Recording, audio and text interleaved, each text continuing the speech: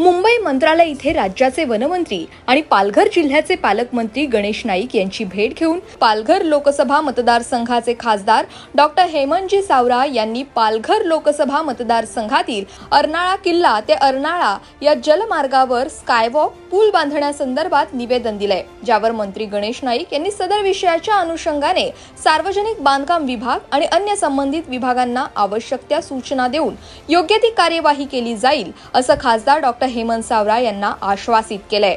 अर्नाळा किल्ला ते अर्नाळा या जलमार्गावर स्कायवॉक का बांधणं आवश्यक आहे त्यावर एक नजर टाकूया। पालघर लोकसभा मतदारसंघातील वसई तालुक्यातील अरबी समुद्रातील ऐतिहासिक अर्नाळा किल्ला हे बेट आणि मुख्य भूमीवरील अर्नाळा गाव यामधील सुमारे 2 किलोमीटर अंतराचा एकमेव दळणवळणाचा मार्ग म्हणजे जलमार्ग असून तोही अत्यंत असुरक्षित आणि अडचणीचा आहे। सदर बेटावर सुमारे 5000 मांगेला कोळी समाज वास्तव्यास असून गावात शासकीय रुग्णालय, सुसज्ज जेट्टी, रस्ता, दळणवळणाच्या सुविधा यांचा पूर्णपणे अभाव आहे। विशेषतः पावसाळ्यात समुद्रातील वादळे, महाकाय लाटा आणि उधाण यामुळे शाळकरी मुलं, महिला, रुग्ण, नोकरदार यांचे हाल होतात।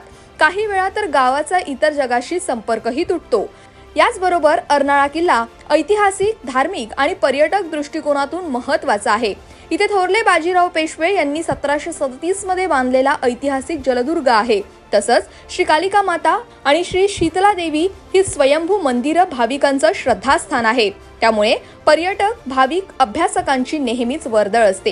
हेच मुद्दे मांडून खासदार डॉक्टर हेमंत सावरा यांनी पालघर जिल्ह्याचे पालकमंत्री असणारे गणेश नाईक यांच्याकडे अशी मागणी केली आहे की सदर सर्व परिस्थितीचा विचार करता अर्नाळा गाव ते अर्नाळा किल्ला या जलमार्गावर सुरक्षित स्कायवॉक किंवा पूल उभारणं अत्यंत आवश्यक बनलाय।